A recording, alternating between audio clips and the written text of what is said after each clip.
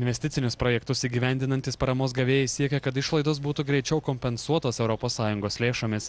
Deja, ne visiems pavyksta to pasiekti, o viena iš pagrindinių priežasčių vėluojantis mokėjimo prašymai. Nacionalinė mokėjimo agentūra patarė paramos gavėjams mokėjimo prašymus pateikti laiku arba netgi anksčiau negu numatyta mokėjimo prašymų teikimo grafike. Tokia galimybė jau pasinaudojo Šiaulių rajone stovyklavietės bei įsirengianti Birutė Peledienė. Mes jau pateikę esame 2 mokėjimo prašymus. Tai su sunkumais dideliais nesusidūrėm, kaip ir buvo įvertinti teigiamai, investicijos padarytos tinkamos, tai aišku sudėtingesnis bus paskutinis mokėjimo prašymas, kadangi teikiant paraišką buvo įsipareigojimų nemažai tokie reikalavimai. Tai dabar tokio, kaip aš sakau, truputėlį dokumentų bus daugiau, tačiau manau, kad viskas bus gerai. Užbaigus vieną projektą ir pateikus galutinį mokėjimo prašymą bus galimybė siekti paramos dar vienam projektui, o tam laiko lieka vis mažiau. Parama pagal Lietuvos kaimo plėtros 2007-2013 metų programos priemonės bus skirstoma tik likusius 2 metus. Investicinius projektus įgyveninantis paramos gavėjai raginami nedelsti ir teikti mokėjimo prašymus kuo greičiau.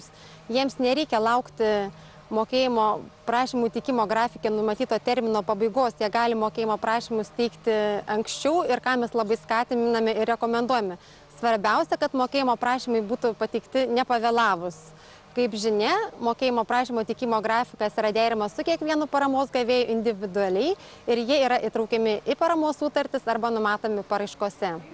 Jeigu paramos gavėjas vėluoja pateikti mokėjimo prašymą pagal nustatytą grafiką, mokėjimo prašymas užregistruojamas, tačiau pareiškėjas raštu turi paaiškinti vėlavimo priežastis ir pateikti vėlavimą pateisinančius dokumentus. Priėmus sprendimą, kad vėlavimo priežastys yra nepagristos, taikoma atitinkama sankcija už kiekvieną pavėluotą darbo dieną. Parama mažinama po 0,5%. Anksčiau mokėjimo prašymų nukėlimo ar pratęsimo terminai buvo vertinami pakankamai atlaidžiai, tačiau nuo šiol prašymus nukelti ar pratęsti mokėjimo prašymo pateikimo terminus žiūrėsime žymiai griežčiau, nes 2007-2013 metų paramos laikotarpiu artėjant į pabaigą yra siekiama, kad būtų išmokėta visa paramos suma. Nukėlus mokėjimo prašymų pateikimo terminus didėja rizika, kad paramos gavėjas neįsisavins visos jam rezervuotos lėšų sumos. Todėl sugriežtinus tvarką yra siekiama neįšaldyti lėšų nevykdomiems projektams, o juos perskirstyti naujiems kitiems projektams.